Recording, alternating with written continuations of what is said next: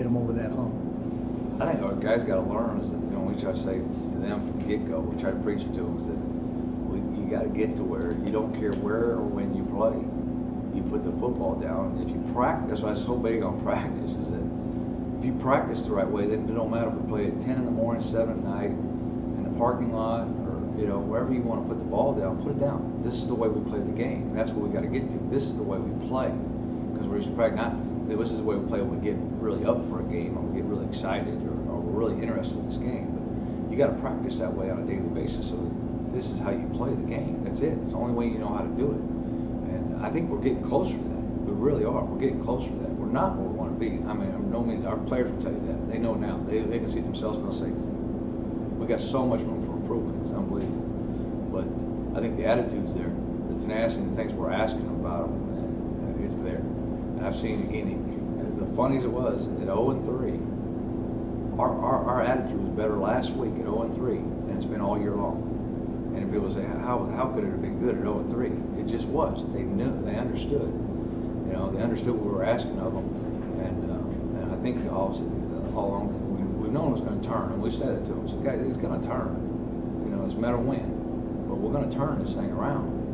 You know, just make sure you're doing everything so you can be part of it. And you know, we faced a couple of little discipline issues we had to take care of the last couple of weeks. And I think that helped. I think it helped with tremendous with our attitude and our team, and how we focused and how we pulled together. Because the big part to me in that game was that we've been focused on the last couple weeks was we believed, and we trusted the guys next to us. And that's what you big there. You got to believe in each other. You got to trust each other. You got to trust your coaches. Coaches got to trust the players. So that's what it's about. And if you do that, you got a chance to do something pretty special.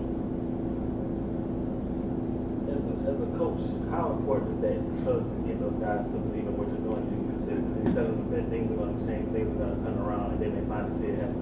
How important is that in the whole coaching? Well, it's huge. That's why this game was so huge, is because, you know, it's big. We've been telling them, and they believe, but you know, there's a hesitation in the background saying, you know, I think the big hesitation was really our guys.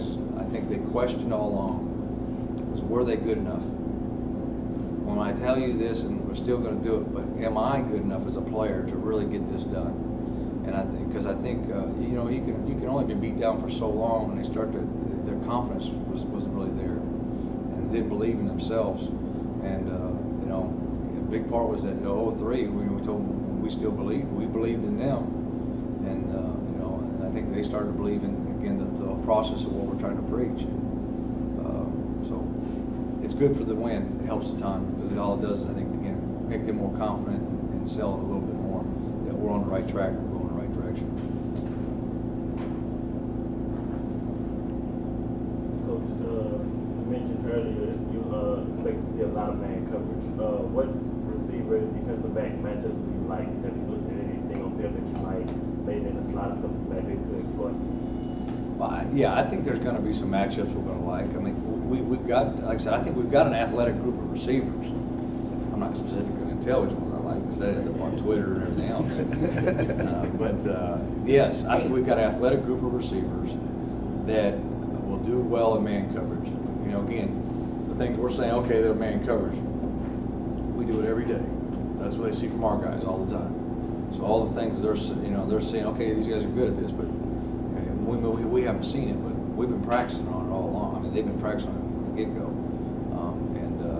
I think we've got some athletic receivers. They've got to do a good job of creating separation, getting away and catching the ball with somebody in their back. And that's, you know, again, probably the toughest part for our receivers is that out here in practice every day, we're pressing, we're a man, we're in their face. They're jamming them all over the place. They're very physical with them, and they're catching balls with guys in their back. And then we get in games and people playing zone coverage are backed off and they're catching the ball in space, and we've kind of had trouble with that. You know, McNeese tightens up the coverage a little bit, and all of a sudden we start catching. So maybe our problem is we get them in space, they can't catch the ball. They need somebody on their back. Quite good. All right, thank you guys. Thanks.